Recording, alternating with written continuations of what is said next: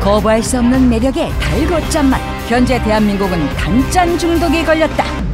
마약 같은 게 중독이 돼서 기분 좋았을 때의 그 느낌을 못 잊고 다시 찾게 되는 거잖아요. 그 맛을 잊을 수 없는 것 같아요. 네, 그거에 중독된 것 같아요. 백색가루의 치명적인 유혹. 당신의 건강을 위협하는 백색가루의 비밀이 밝혀진다. 우리가 예측하지 못하는 숨겨진 소금들이 많이 들어있다는 거예요. 아우, 네. 아우, 소태. 진짜 같은 양 소금 맞아요? 네. 아우. 당신이 몰랐던 백색가루의 비밀. 설탕, 소금, 그리고 비타민까지. 이게 뭐예요? 지금까지의 상식은 버려라. 모르면 덕, 알면 약이 되는 백색가루의 반전. 마술 같다 진짜. 그만큼 이게 강력하다는 거죠. 그렇죠. 함량이 많다. 이건 아니다. 우리도 깜짝 놀랐네 지금. 우리는 이건 보통 아닌데. 이제 아까도 당신의 뇌를 속여 치명적 유혹에 빠지게 하는 백색가루.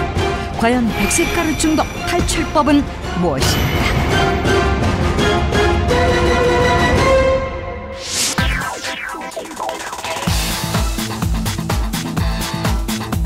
여러분 단짠이란 말 들어보셨습니까? 단짠, 단맛과 짠맛의 줄임말인데요.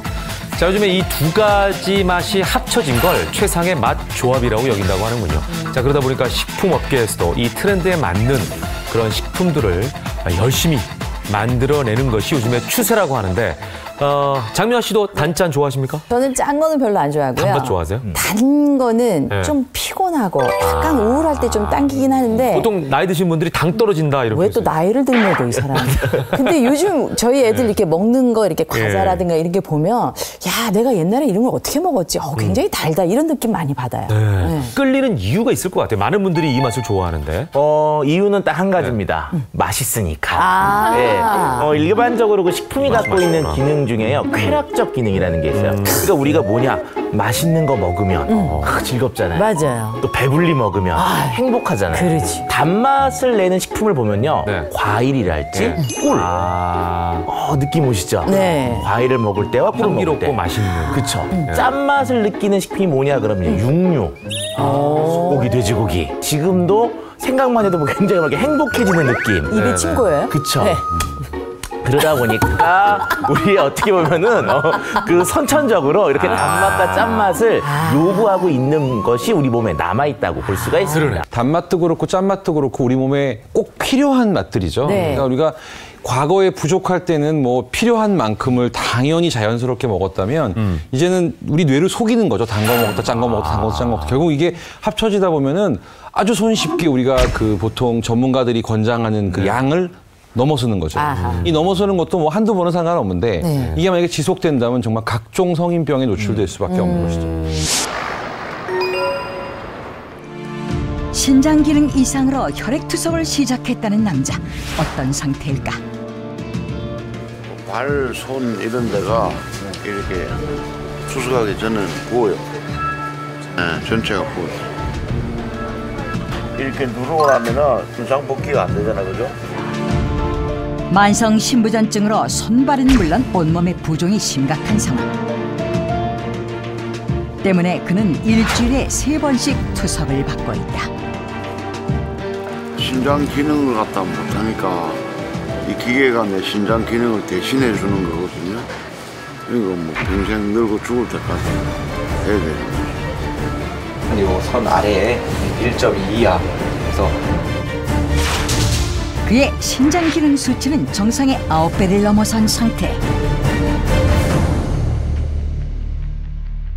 그런 경우 이제 좀 짜게 먹는 식습관이 혈압 조절과 부종 등을 유발할 수 있고 신부전을 좀 악화시키는 영향을 주고 4시간의 투석을 마치고 집으로 돌아온 구평회 씨. 사실 그는 만성 신부전증을 앓기 전 오랫동안 고혈압을 방치해왔다. 건강에 대한 무관심은 자신뿐 아니라 가족의 삶까지 무너뜨리고 말았는데 여행을 전국 일주를 하려고 했어. 한 달 동안 추석 때문에 못 하는 거야. 추석을 하니까 할 수가 없잖아.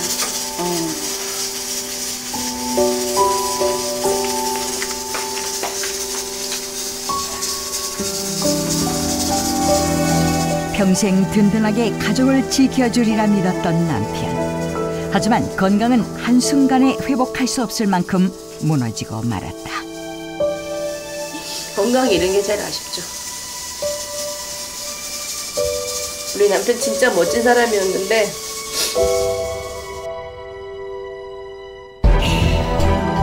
평생 달고 살았던 고혈압이 만성 신부전증으로 이어진 구평애 씨. 원인은 무엇일까?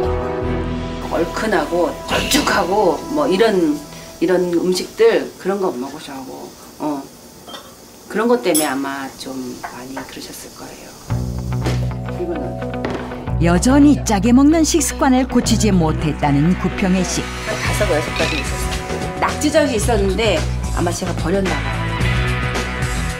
병을 앓는 지금 이 순간도 짠맛의 유혹을 참기가 어렵다. 내가 먼저 하얀색 하고 나서 당신 하는가? 이렇게 먹어주세요. 그거를 못 해준다고. 음식할 때마다 실랑이를 벌이는 부부. 잘 안 돼요. 고쳐야 되는데 잘 안 돼. 오랜 세월 동안 그렇게 짜게 먹다 보니까 갑자기 그렇게 변하는 것이 좀 힘들어요. 그 또한 노력해봤지만 아직도 갈 길은 멀다. 당신은 이거 그 국물 건더기만 드세요. 국물 내가 먹을 테니까 건더기만 드세요. 건더기만 잘라놔야만 아내의 도움으로 식습관을 조금씩 고쳐나가고 있는 구평애 씨. 누가 진짜 그럴 때는 그런데 그런 걸 다 이제 포기할 때도 됐을 텐데 그게 습관인 거야. 챙겨 먹어야 하는 양만 10여 가지나 된다. 머리에 영양분을 주는 약이고요. 그의 건강을 앗아가버린 소금 중독. 뭐 짜게 먹고 하는 그런 거에 대해서 크게 내 나름대로 이념이 없었는데 식습관도 바꾸고 그렇게 관리를 좀 잘 해야 되겠다라는 그런 생각이 많이 들어요. 우리 몸에 꼭 필요한 음식인데도 왜 이렇게 무서운 녀석이 됐을까요? 다른 영양소들은 우리가 지나갈 때 소화 중에 얘 필요한 거야. 그리고 잡아주는데요. 네. 소금은 물이 들어올 때 그냥 같이 들어와 버려요. 그렇기 때문에 우리가 소금만을 선택적으로 흡수하는 게 그런 그 과정이 없기 때문에 100% 흡수돼요. 예, 그래서 우리가 국물로 먹게 되면은 더욱더 흡수가 더 잘 된다고 볼 수가 있는 거죠. 야, 이게 거의 이온 음료네. 제가 얼마 전에 어떤 분을 만났더니요. 야, 짜게 먹지 마. 그때 그분이 그래요. 야, 그런다고 고혈압하고 관련 있는 거 아니야. 그냥 소금은 먹어도 돼. 이런 얘기를 하는 거예요. 그 제가 요즘 연락을 끊고 있거든요. 되지도 않는 얘기를 하고 있다. 이 생각이 들어갖고. 보스턴 대학에서 싱겁게 먹은 사람이라고 해서 혈압이 내려가는 것이 아니다. 그래서 소금과 이 혈압과의 관계에 대해서 다시 한번 정의를 해봐야 된다. 이 연구의 결과를 보면 이 그래프가 이렇게 U자 모양을 그려요. 무슨 얘기냐면 소금을 많이 먹어도 안 좋고요. 너무 적게 먹어도 안 좋은 쪽으로 가요. 적당해야 된다. 그렇죠. 그러니까 너무 적게 먹을 경우에는 뭐 우리가 심장 질환들 중에서 심부전 이런 것들, 그러니까 혈액량을 충분히 뿜어주지 못하는 경우들이 생길 수 있기 때문에 이게 위험성, 사망률이 올라가는 건데 이제 하나 문제가 되는 건 너무 급하게 양을 줄이시다가 너무 줄이시게 돼버리면은 문제가 될 수 있다라는 이야기인데 그것들이 조금 와전되게 되면은 소금은 맘껏 먹어도 돼. 그건 아니다. 이렇게 생각하시면 좋을 것 같아요. 전체적인 걸 봐야 되는데 그렇죠. 우리가 고혈압 이러면은 혈관벽에 문제가 생기거나 뭐 혈액 자체가 걸쭉해지거나 해서 이제 혈압이 조절이 안 되는 건데요. 너무 저염식을 해서 싱겁게 먹게 되면 오히려 몸의 대사, 신진 기능이 떨어지고요. 그래요? 그리고 오히려 몸이 차가워져요. 그리고 몸 자체가 지방이 잘 쌓이는 그런 체질로 돼서 오히려 혈관벽에 지방이 더 잘 쌓일 수도 있어요. 그러니까 오히려 혈압이 있으신 분들이 너무 저염식을 하면 또 혈압에 도움이 안 되겠죠. 그래도 예전보다는 우리나라가 조금 덜 짜게 먹는 편 아닌가요? 네, 맞아요. 우리 정부에서 7년 전부터 좀 덜 짜게 먹도록 조금 캠페인을 했거든요. 예전보다는 나트륨 섭취량이 20%가량 줄였다고 합니다.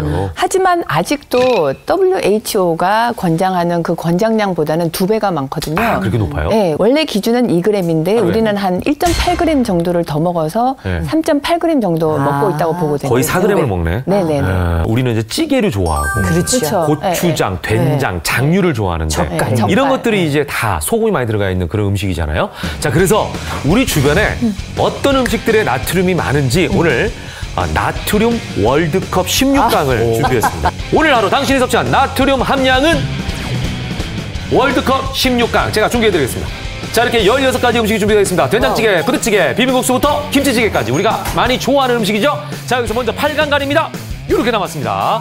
부대찌개, 만두국, 짜장면, 짬뽕, 육개장, 선지국, 냉면, 비빔면 중에서 자, 먼저 부대찌개 대 만두국. 부대찌개. 어떻게 많을까요? 부대찌개. 부대찌개 승리! 부대찌개 승리! 아우. 네. 자, 두 번째 8강전 육개장과 선지국. 육개장.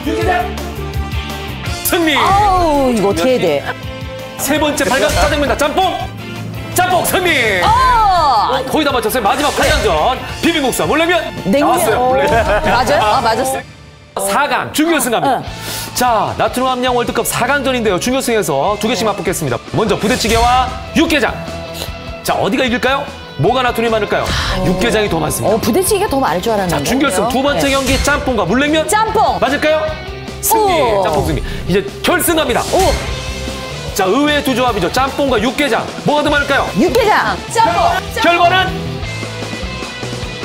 짬뽕! 짬뽕이 일일 나트륨 함량이 무려 4g이나 된다고 합니다. 아까 우리가 일일 평균 3.8g 먹는다고 그랬는데 그거보다도 0.2g이 더 많아요. 그래서 권장 섭취량 2배를 짬뽕 한 그릇을 먹으면 먹게 된다. 저는 또 짬뽕 엄청 좋아하거든요. 어떡하니 자꾸 친구여서 그까지 말아 먹죠. 그 국물. 저는 또 짬뽕도 아니야. 네. 짬뽕 밥을 시키거든. 맞아, 그러면 맞아. 이렇게 탁 말아갖고 그 국물. 그 너무 짬뽕밥 맛있잖아. 거기다가 찬밥을 좀 말면 거기에 그 짬뽕 국물이 알알이 배가지고 되게 맛있거든요. 우리 라면 점심에 국물처럼. 짬뽕 먹을까? 괜찮아. 감사합니다. 아니 지금 나트륨 얘기하고 이거 아니잖아 지금. 네, 지금 짬뽕밥 얘기를 하신 건 굉장히 네. 잘하시는 얘기예요. 그래요? 그리고 왜냐하면 나트륨이 국물에만 많이 들어있다고 생각하시는데 면에도 들어가요. 면에도 소금을 넣어요? 네, 면 반죽할 때 소금을 넣어주기 때문에 그럼 실제로 면에 해당되는 한 25에서 44% 정도 해당하는 소금 양은 좀 줄여 먹을 수 있기 때문에 짬뽕 자체보다는 짬뽕 밥을 드시면서 국물 좀 남겨주시는 게 좋고요. 오늘 이제 16강에서는요, 제가 처음에 그 얘기를 해드리려고 했는데 강력한 그 우승 후보 하나가 이미 16강에서 떨어졌었어요. 누군데요? 그게 누구냐면 라면이에요. 아까. 후보에 라면이 있었는데 라면은 8강에도 못 갔다는 거죠. 의외네요. 우리가 보통 라면은 국물까지 먹으면 큰일 난다 이런 그 얘기. 라면이 딱 기준이 좋은 게 하루 권장량을 딱 한 그릇이 갖고 있는 게 라면 정도거든요. 그러니까 지금 여기에 나온 애들은 그 하루 권장량을 다 넘어가 있다는 거니까 실질적으로 생각해보면 라면보다 다 짜다라고 생각하시면 되겠습니다. 그러네. 우리는 라면이 진짜 짠 음식이다라고 생각하고 있는데 그거보다도 더 짠 음식이 많다는 거는 야, 이거는 우리가 좀 더 엄청 짜게 먹고 있다는 충격을 받아야 되는 사실이에요. 교수님, 제가 궁금한 게 하나 있는데요. 저도 굉장히 짜게 안 먹는 편이거든요. 그 음식점 가서 좀 짜면 그게 국물 종류면 물을 좀 달라 그래서 물을 이렇게 부어서 먹어요. 그렇죠. 그랬더니 누가 그래요.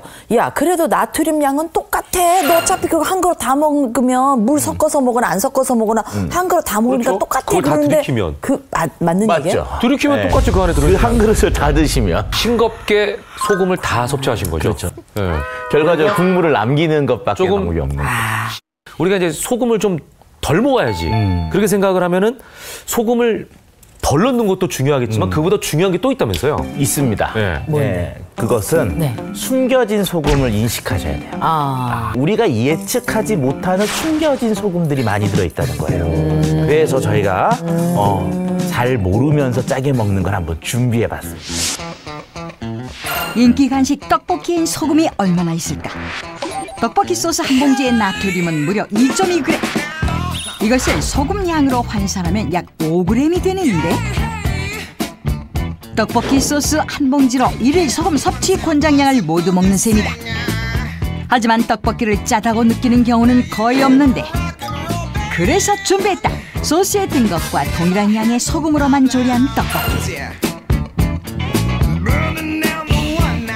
과연 두 떡볶이의 맛은 어떻게 다를까? 떡볶이군요. 아우, 나 이거 너무 좋아해. 정말 대한민국 국민들, 특히 청소년들이 얼마나 사랑하는 음식입니까? 난 아직도 청소년인가 봐. 너무 좋아, 떡볶이. 소녀 감성이지. 아우, 좋아. 떡볶이는 언제나 진리죠. 네, 그래보시죠. 아, 그래요? 예. 별로 믿음이 안 가고. 맛있네. 아우, 아우, 소태. 네? 아우, 짜요? 우리가 원래 먹는 거예요. 아니, 하얀 거. 짠맛을 명확하게 알겠네요. 그래요? 넣으니까. 자, 흰 거 한번. 아니, 이런 거 재밌잖아요.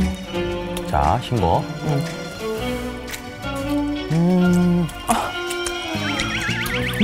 어우. 짜다, 진짜, 이건. 되게 짜네.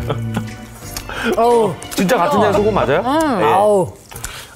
근데 이제 실질적으로 이제 왜 그런지를 설명을 해드리면 우리가 오늘 내용이 단짠이잖아요. 근데 단짠하고 같은 얘기로 맵짠이 있습니다.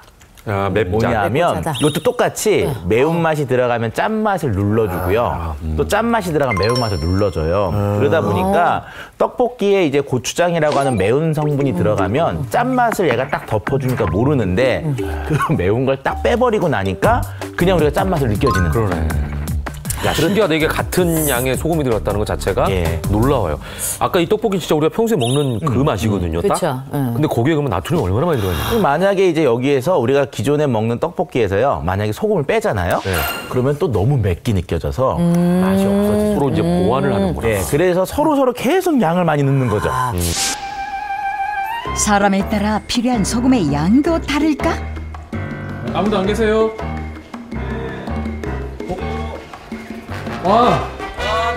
안녕하세요. 네네. 저기 뭐 하고 계시는 거예요 지금? 예, 지금 식사 준비하고 있습니다. 네? 식사요? 네, 간호사들이 바빠가지고 제가 직접 오늘은 식사 준비하고 있어요. 내 몸에 맞는 소금 섭취법을 알려준다는 박찬영 간의사. 그의 식단을 살펴보니 간이 된 음식이 하나도 없는데 그가 저염식, 아니 무염식을 하는 이유는 뭘까? 근데 양념은 하나도 안 되는. 예, 사실 저도 태음인이라. 태음인이라고요? 염분 섭취를 많이 하면 상당히 불리할 수 있는 체질입니다. 소금 섭취가 체질과 관련이 있다? 사상 체질에는 가슴 이쪽이 발달한 태양인, 허리가 발달하고 땀이 많은 태음인, 상체가 발달한 소양인, 하체가 발달한 소민이 있는데 사람들은 자신에 맞게 소금을 먹고 있을까? 본격적으로 체질에 맞는 소금 섭취법을 알아보기 위해 평소 쉽게 접할 수 있는 반찬들을 준비. 체질이 다른 주부들의 식습관을 통해 이를 확인해 보기로 했다. 안녕하세요.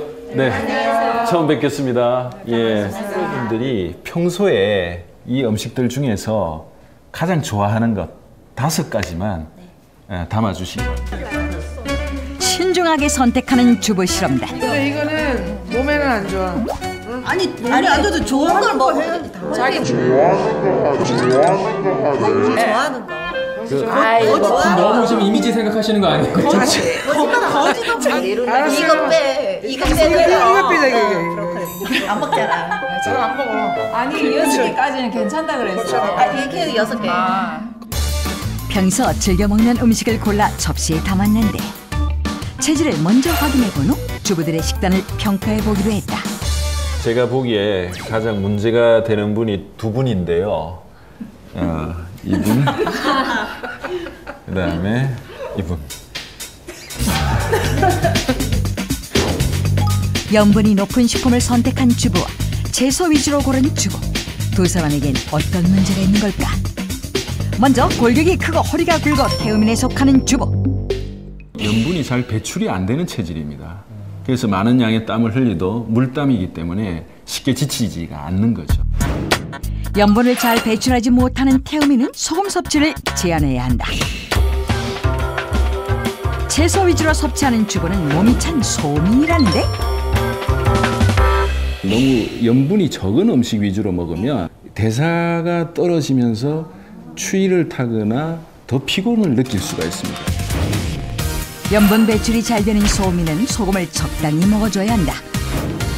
대음인과 소양인은 소금 섭취를 제한하고 대양인과 소민은 식품을 통해 염분을 보충하는 것이 좋다. 이 두 분이 선택하신 것을 성질을 바꿔요?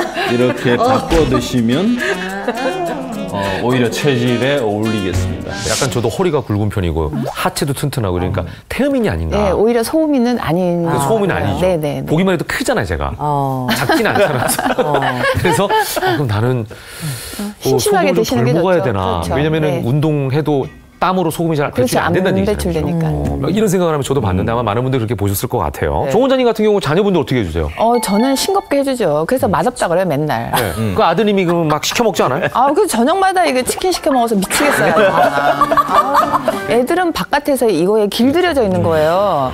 그리고 야식으로 맨날 치킨 시켜 먹으니까 저 충격이었어요, 아까. 그러니까 우리 정 원장님의 아드님을 위해서 조금 집에서 소금을 덜 쓰고 일할 수 있는 방법 맛있게. 그렇죠. 신맛을 도드라지게 만들어주면 실질적으로 짠맛을 별로 쓰지 않아도 돼요. 그래서 뭐 레몬즙이랄지 뭐 좋은 흑초 같은 것들을 사용해서 그 신맛으로 좀 간을 해주셔도 되고요. 그러니까 심하게 짠 데다가 신맛을 넣으면 내 기억엔 쓰지 않았나 이런 생각도 들어요. 그래서 안 맞아서 그러니까 쓴맛이 났던 것 같기도 해요.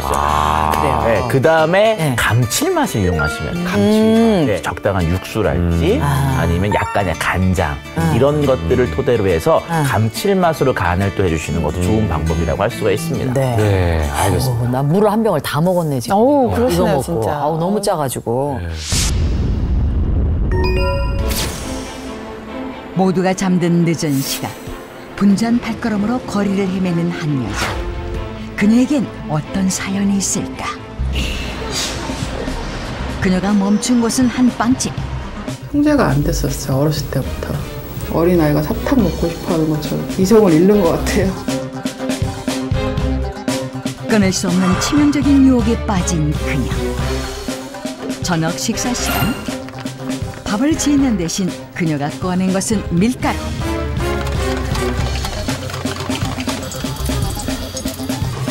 아무것도 넣지 않고 부친 밀전병이 그녀의 오늘 저녁거리인 모양이다.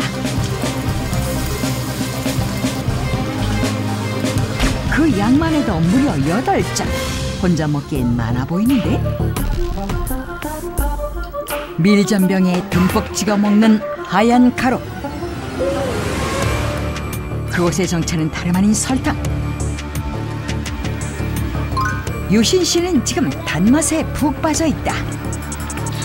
예전에 한참 최고로 많이 나갔을 때가 150kg 가까이 147kg 정도였고 80 한 6, 7kg까지 뺐었어요. 근데 이제 최근에 다시 요요가 왔죠. 한 10kg 정도. 관찰을 통해 그녀의 식습관을 살펴보기로 했는데 냉장고를 그냥 닫나 했더니 과자를 집어든 그녀. TV 앞에 앉은 잠깐 사이에 3가지의 과자를 전부 해치워버렸다. 단맛을 향한 그녀의 집념은 여기서 끝이 아니다. 과자를 먹자마자 곧바로 떡볶이 2인분을 들고 자리에 앉았는데 쉴 새 없이 다른 음식을 찾는 그녀.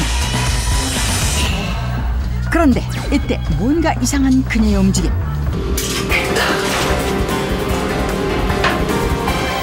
집착하고 먹고 싶고 먹을 때 기분 되게 좋고 맛있고 근데 먹고 나면 되게 후회하고 그리고 자책감이 들기도 하고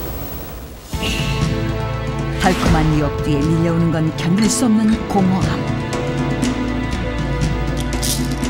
먹고 토하는 일상의 반복으로 자괴감에 빠진 그녀는 우울증 약까지 먹고 있는데 심각한 당 중독, 늪처럼 헤어나기 힘들다. 마약 같은 게 중독이 돼서 기분 좋았을 때의 그 느낌을 못 잊고 다시 찾게 되는 거잖아요. 그 맛을 잊을 수 없는 것 같아요. 네, 그거에 중독된 것 같아요. 우리가 쉽게 접하는 식품 속에 든 설탕량은 얼마나 될까? 피로를 달래주는 커피 음료. 그중 캔 커피에는 각설탕 6개만큼의 설탕이 들어있다. 달콤한 아이스크림 또한 마찬가지. 주스는 한 잔만 마셔도 일일 설탕 섭취량을 훌쩍 넘는다. 설탕 많기로 치자면 탄산음료도 1등. 더위를 식혀줄 팥빙수도 설탕 덩어리나 마찬가지다. 앞에 소금 나왔고요. 네. 설탕이 이제 두 번째 나왔잖아요. 누가 더 나쁘냐? 라는 얘기를 하면 장을 겨룰 수 있나요? 네, 있습니다. 있어요? 네, 설탕이 훨씬 나쁩니다. 소금보다? 그래요? 네, 그 이유는 뭐냐면 아까 소금은 물 따라 들어가면 들어가잖아요. 네. 대신 땀 따라도 나와요. 설탕은 안 나와? 설탕은 안 나옵니다. 물 따라 들어가긴 하는데 얘는 나오진 않는 거야. 나오지 않기 때문에 먹은 설탕은 우리 몸으로 스스로 태워줄 때까지는 제거가 안 되는 거예요. 이거 이런 표현까지는 제가 안 하려고 그랬는데 중금속이랑 비슷하네. 거의 같다 말이에요. 중금속 들어가면 이거 음식이지만 들어가면 안 빠지잖아요. 그러니까 실질적으로 설탕이 갖고 있는 위해도가 저는 더 높다고 판단을 합니다. 특히 이제 여성분들은 디저트 같은 거 먹어야 막 스트레스 풀린다는 얘기 많이 하잖아요. 실제로 저희가 드라마 같은 거 보면 스트레스 받으시면 바로 밥 비비시죠. 맞아요. 예. 이제 어떤 내용이 있는 거냐면 우리가 스트레스를 받으면 우리 몸 입장에서는 전쟁 직전의 상태가 되는 거예요. 야, 큰일 났다. 준비하자. 그러다 보면 이제 기본적으로 스트레스 호르몬이라는 것이 분비가 돼요. 코티졸이라고 하는 호르몬인데 이 아이들이 나오게 되면 일단 기본적으로는 식욕을 촉진하게 돼요. 우리가 전쟁 준비 전이니까 뭘 준비를 해야 되잖아요. 그러니까 식사량이 당연히 늘어나게 되고요. 또 이 먹은 식사량을 또 비축하려는 힘도 강해져요. 그러니까 뭐든지 먹어서 비축하는 쪽으로 흐르는 거죠. 이게 또 이렇게 되면은 계속 악순환이 반복이 되니까 사실은 스트레스 자체가 어떻게 보면 건강에 제일 안 좋은 것이다라고 저희 전문가들이 얘기하는 가장 중요한 이유가 바로 여기입니다. 그러네요. 네, 설탕이 위험한 게요. 설탕이 많은 음식은 우리 몸에 필요한 다른 영양소를 섭취 못하게 설탕만 먹게 만들거든요. 그리고 한의학적으로 보더라도 너무 단 걸 먹으면 비위를 상해요. 그래서 특히 어린아이들 뭐 설탕, 뭐 이렇게 사탕, 뭐 젤리 이런 거 먹는 애들 밥 안 먹어요. 맞아. 그렇죠. 이 맛이 가니까. 그렇죠. 성장 발육에 문제가 생기고요. 어른들은 또 스트레스 받아서 단 거 먹고 이러다 보면 결과적으로 비만, 성인병에 오게 되는 거죠. 그래서 뭐든지 적절한 게 중요하고요. 설탕을 먹지 말라가 아니라 드시긴 드시되 우리가 하루에 필요한 열량이 한 10% 정도 그렇게 드시는 게 좋겠고요. 스트레스를 단 걸로 푸는 게 아니라 다른 걸로. 운동이나 뭐. 운동이나 이런 걸 푸는 게 좋겠죠. 너무 건전한데? 아이, 건강하려면 좀 건전 모드로 가셔야 돼요. 건전해야 돼요. 너무 근데 건전해. 저는 이제 두 분 말씀을 듣다 보니까 이 단 것이 굉장히 이기적인 성분이구나. 그러니까 다른 애들 못 먹게 하고 자기만 먹게 하잖아요. 굉장히 이기적인 성격이 있구나 하는 생각이 들어요. 근데 이렇게 우리가 마트를 가보면 설탕도 종류가 그죠? 색깔도 다르고 또 그게 몸에 안 좋아. 그러니까 요걸 먹어 하는 감미료도 있고 이런데 어떤 게 좋고 나쁜 건지 좀 여쭤보고 싶어요. 시중에서 단맛과 관련돼서 우리가 구할 수 있는 것 중에 일부만 가져왔습니다. 8가지나 되는데 더 많아요. 출동한 줄 알았는데. 야, 진짜. 되게 많죠. 생각보다 엄청 많네요. 다 온 것도 아닌데 굉장히 훨씬 많은데 설탕이 3가지 있지 않습니까? 그렇죠? 얘네 색깔이 다르잖아요. 그렇죠. 이쪽으로 갈수록 영양가가 좋고 몸에도 좋다. 그래서 저는 늘 좀 비싸지만 흑설탕. 거를 이렇게 색깔 나는 거를 흰 설탕보다는 많이 선호하고 아니 있어요. 보통 이게 그렇게 알고 있죠. 백설탕은 정제를 너무 많이 했다. 그렇죠. 흑설탕은 원래 그 자연 상태를 좀 보존했다. 이렇게 알고 계시니까. 맞죠? 그랬으면 참 좋을 텐데. 아니에요? 아니에요? 실제가 그러질 않으니 참. 그래요? 그러네요. 결과적으로는 이 3가지 모두 다 백설탕을 만들고 그 다음에 하나는 살짝 볶아주고 하나는 다른 걸 섞어준 거기 때문에 실질적으로 이 3가지 모두 다 이게 조금 더 좋다라고 하는 것을 얘기할 때는 아닙니다. 그 영양 성분도 거의 같아요. 영양 성분도 다 똑같고. 아니 우리 매실 액이나 이런 거 담그잖아요. 얘네 3개를 막 째려보면서 싸기는 얘가 싼데 몸에는 얘가 좀 날 것 같으니까 그럼 내가 조금 더 벌고 그럼 얘를 사자 뭐 이런 식으로 제 혼자 합의를 봐갖고 이 색깔 있는 애들로 많이 했었는데 저게 더 비싸요. 그렇죠, 비싸죠. 그러니까 째려보고 고민하는 거지. 그러니까 뭐. 비쌌던 이유가 네. 몸에 좋아서 비싼 게 아니라 뭘 더 넣어서 공정이 그러니까 들어가니까. 하나 더 있잖아요. 나머지는 이제 감미료예요. 네, 옆으로 이제 오다 보면은 네. 굉장히 많은 게 있죠. 일단 꿀. 꿀. 네, 꿀은 설탕과 거의 같다고 보시면 됩니다. 아, 그래요? 네. 그래서 설탕이 몸에 나쁘다, 꿀은 좋다. 예. 똑같아요. 그래도 우리 요리하는 분들은 설탕보다는 그래도 꿀을 넣어서 단맛을 내는 게 낫지 않습니까? 그리고 약 먹을 때도 꿀을 이렇게 해서 먹죠. 네, 이유는 설탕이 분해되면 꿀이 돼요. 네? 예. 아, 진짜? 그럼 흡수가 좀 더 해야 되는 더 거예요? 빨리 듭니다. 그러니까 설탕이 이렇게 2개의 당이 붙어 있거든요. 네. 근데 요게 벌이 가서 끊어줘요. 그럼 하나씩 움직이게 되는데 그게 꿀입니다. 아. 네, 옆에 보면 이제 올리고당이 있죠. 올리고당. 네, 올리고당은 설탕이 2개 있는 애면요. 네. 요게 한 8개에서 10개 아. 붙여주는 거예요? 그러면 올리고당이 돼요. 그럼 설탕보다 좀 낫다는 얘기인가? 설탕보다는 좀 낫죠. 아. 시럽은 대표적으로 우리가 이제 메이플 시럽, 그런 그 고로쇠, 예. 그 먹으면 약간 단맛이 있잖아요. 맞아요. 이 시럽들은 여러 가지 다른 맛이 있기 때문에 설탕량을 좀 줄일 수가 있고요. 조청은 이제 쌀을 분해한 거죠. 그럼 좀 좋은 거 아니에요? 조금 덜 흡수되죠. 예. 가장 왼쪽에 있는 게 이제 사카린. 사카린은 저거 당뇨병 있는 분들이 먹는 인공 감미료 아닙니까? 그렇죠. 네. 왜냐하면 열량은 제로, 네. 단맛은 있는 걸로. 그렇게 해서 만들어진 건데 거의 100년 동안 전 세계적으로 먹었는데 그게 크게 문제를 일으키지 않았기 때문에 사카린은 이제는 안전성에 대해서는 조금 이제 면죄부를 주고 있다고 볼 수가 있습니다. 네. 백색 가루에 대한 얘기를 하고 있잖아요. 보통 우리가 소금, 설탕을 밀가루를 300이라고 하는데 오늘은 여기에 밀가루를 빼고 비타민을 넣어봤습니다. 비타민 C도 원래 흰색이죠? 네, 비타민 C를 정제하면요 네. 흰색 가루예요. 그런데 우리가 시중에 보게 되면은 비타민 C가 들어가 있는 음료들을 보면 노란색을 띠죠. 맞아요. 이게 뭐냐면 비타민 C가 레몬류에 많이 들어있다고 해서 그런 고정관념 때문에 이제 그 노란색을 인위적으로 넣어준 겁니다. 아, 그래요? 이게 정부에서는 우리나라 사람들이 비타민 C는 많이 섭취한다고 발표를 했더라고요. 이 영양 권장량이라는 거는 그만큼은 최소한 먹어야 된다라고 결정한 양이거든요. 그러니까 조금 더 먹어주는 것 자체는 문제가 될 게 없고요. 단지 문제는 비타민 C 같은 수용성 비타민들은 먹고 나서 굉장히 단시간 내에 몸 밖으로 나가요. 그러니까 하루 종일 꾸준히 나눠서 섭취를 해주시는 쪽이 굉장히 유리한 방법인데 사실 이게 쉽지 않잖아요. 그러다 보니까 아마 우리가 이제 보충제로서도 추가로 드시게 되는 경우들이 많다고 보여지는데 예를 들어서 흡연을 하시는 분이나 술 많이 드시는 분들, 또 스트레스가 아주 많으신 분들 같은 경우에는 국가에서 정하는 양보다 조금 더 드셔주시는 것도 사실은 현명한 방법일 수 있습니다.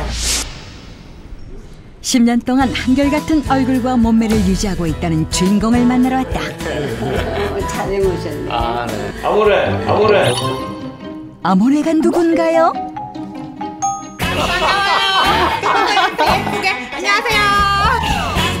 오늘의 주인공은 매력 만점 크리스티나. 여러분 다 잘 아시잖아요. 우리 유명한 이정자 시어머니예요. 안녕하세요. 네, 그리고 바로 옆에서 우리 착한 귀여운 자기죠. 한 프로그램에서 거침없는 입담으로 주목받았던 그녀. 미모는 그때와 다름없는데 벌써 결혼 10년 차 주부다. 아, 여기 보면 우리 이태리에서 2번째 결혼식 사진이 있어요. 이거 여기 첫 키스했던 장소 가봤어요. 시어머니한테 보여주려고요. 10년, 11년, 10년? 2005년. 2005년. 5년 5월 18일이었어요. 기억 안 나지? 많이 달라진 것 같지는 않아요. 그래요? 네. 거기에 달라진 것 같죠. 다행이에요. 여전히 젊음을 자랑하는 그녀. 과연 그 비결은 무엇일까? 활기 넘치는 주방에서 사과와 킬러 건강 주스를 만드는 시어머니. 그런데 어머니 그것도 넣어야죠. 그래? 건강 주스를 만들 때면 크리스티나가 꼭 챙겨 넣는 비정의 무기가 있다는데 냉동실에 재워놓고 먹는 이 노란 열매는 과연 무엇일까? 우리 집에서 뺄 수 없는 바로 비타민 덩어리예요. 열매 비타민 나무예요. 비타민 나무? 비타민 나무. 이름처럼 풍부한 비타민을 자랑하는 비타민 나무. 산자나무라고도 불리는 비타민 나무 열매엔 비타민 C가 많은데 비타민 K 덩어리인 녹즙과 함께 먹으면 그야말로 비타민 덩어리. 비타민 가득한 토마토로 요리한 스파게티까지.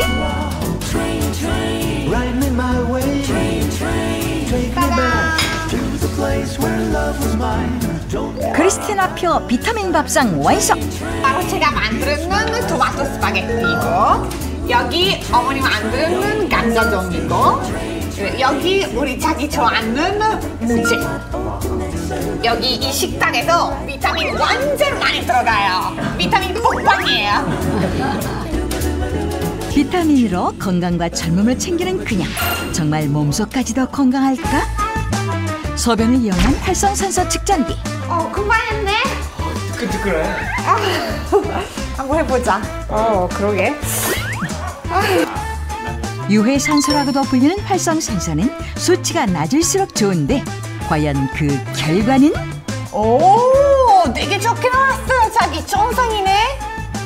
145. 정상 중에서도 꽤 좋은 수치를 기록했는데 이번엔 오늘의 주인공 크리스티나의 차례. 불안을 감추지 못하는 그녀.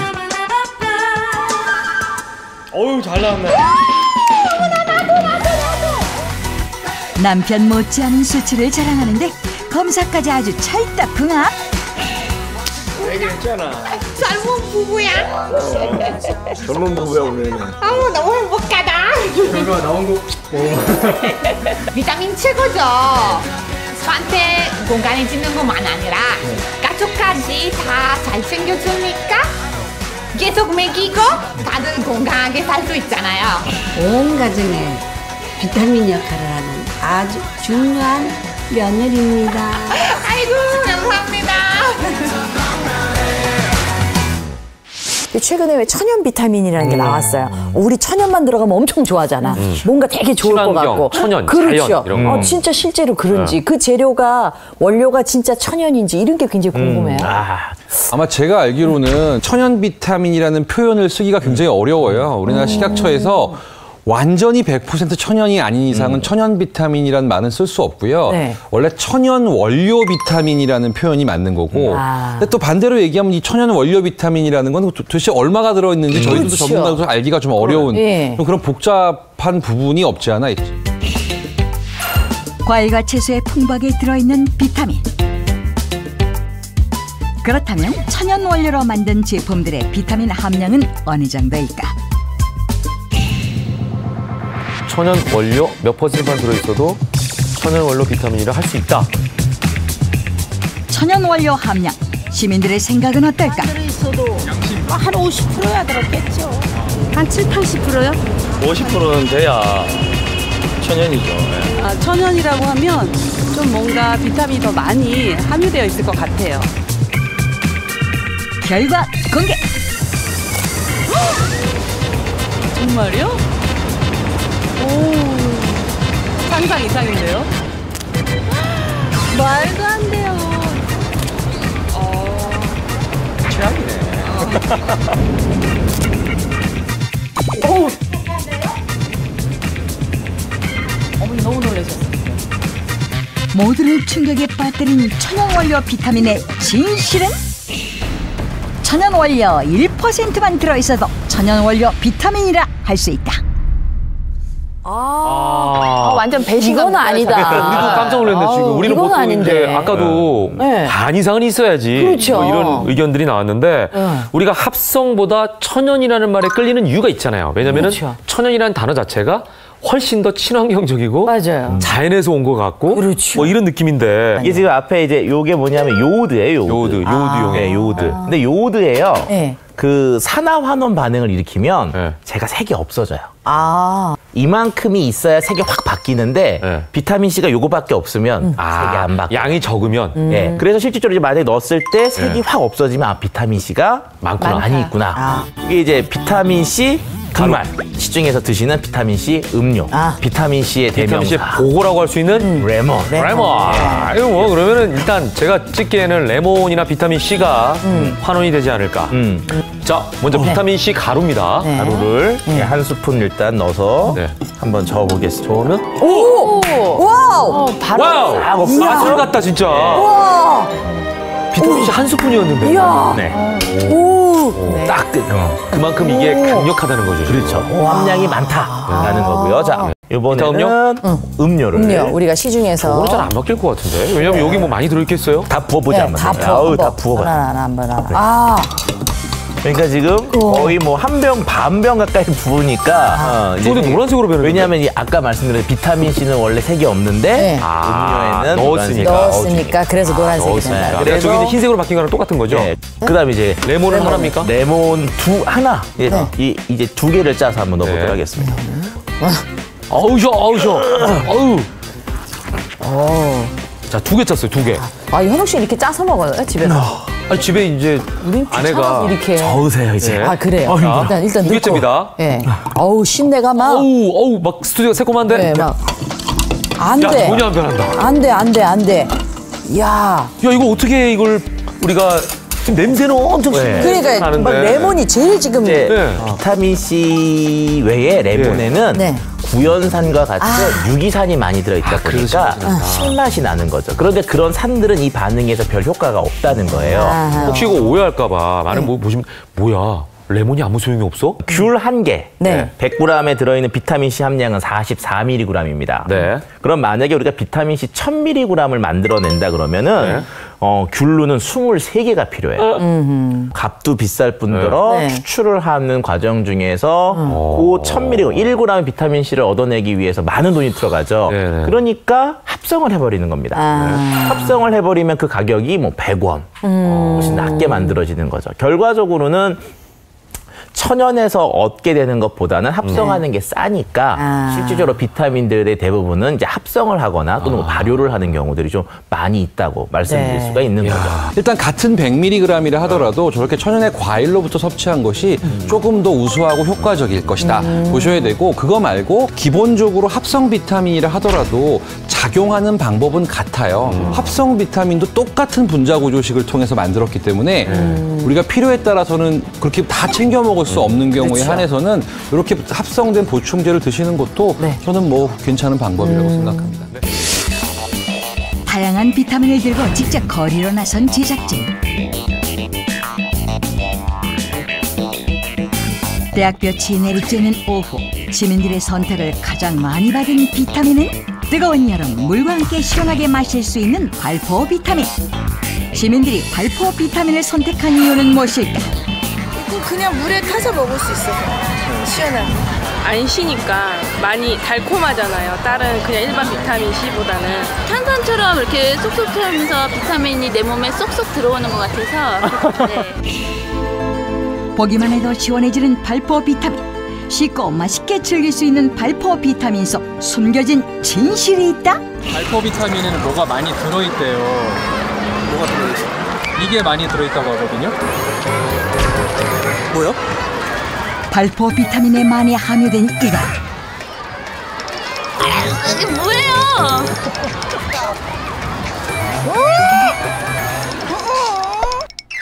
시민들의 인상이 찌푸려진 이유는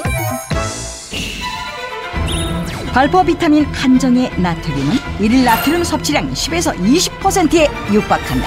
시민들이 인상을 막 찌푸렸어요. 먹자마자. 근데 아까 보니까 나트륨이 들어있다고 결론적으로 나왔습니다.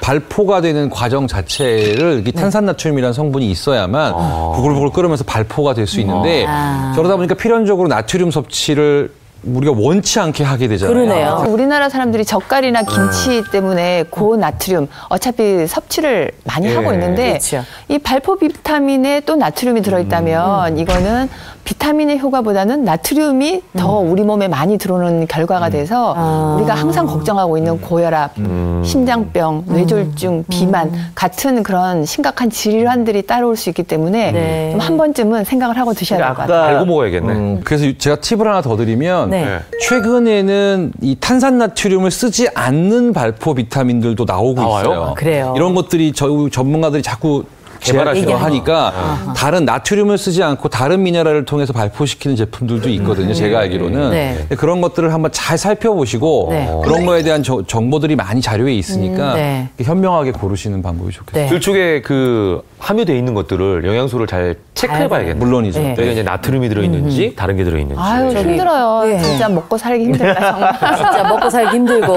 제일 중요한 삼금이 있다잖아요. 네. 네, 황금, 소금, 지금. 뭐 그렇다 그러는데 야, 그렇게 소중하다고만 생각했지만 잘못하면 정말 독이 되고 그리고 제가 많이 알고 있다고 생각했지만 오늘 이렇게 전문가분들 얘기를 들어보니까 모르고 있는 것도 너무 많고 그러나 가장 중요한 건 내 몸은 내가 지킬 수밖에 없다라는 거. 아 정말 아는 게 힘이구나.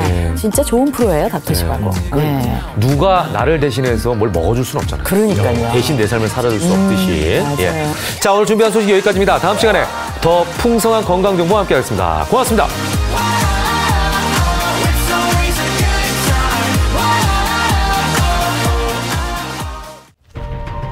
아 힘들게 다리가 다 꺾여. 어느 누구도 피할 수 없고 막을 수 없다. 노화로 인한 필연적인 현상 퇴행성 질환. 시력 측정을 하는데 왼쪽 눈이 전혀 안 보여. 내 몸의 노화를 방치하면 건강한 노후는 없다. 안 내릴 거야? 아 몰라고 또 가. 아유. 아 지금만. 다른 차 타면 되잖아. 퇴행성 질환에 대비한 건강 지침서 다음 주 닥터지바고에서 공개합니다.